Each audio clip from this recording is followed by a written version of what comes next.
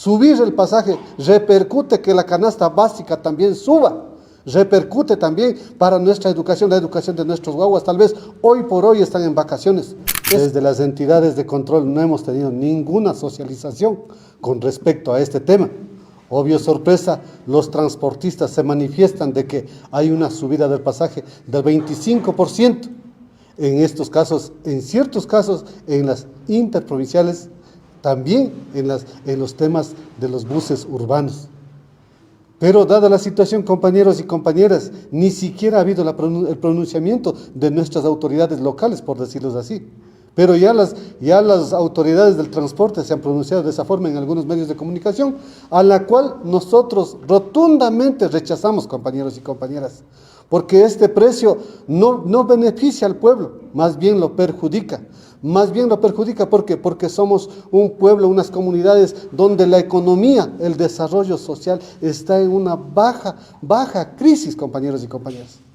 Subir el pasaje repercute que la canasta básica también suba, repercute también para nuestra educación, la educación de nuestros guaguas. Tal vez hoy por hoy están en vacaciones. Eso no quiere decir que solo por vacaciones nos han subido, no. A la final nosotros no hemos vivido de bonos del gobierno, compañeros y compañeras.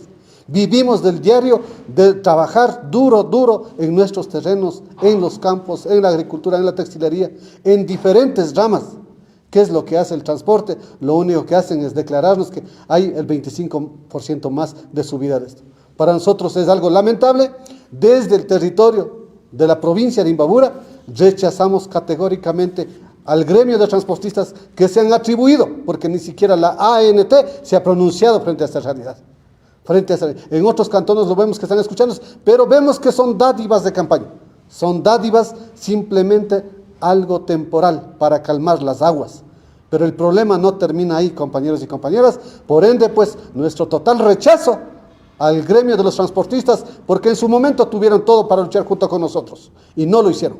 Pero hoy se quieren ver nuevamente beneficiarios y nosotros, el pueblo como tal, perjudicados.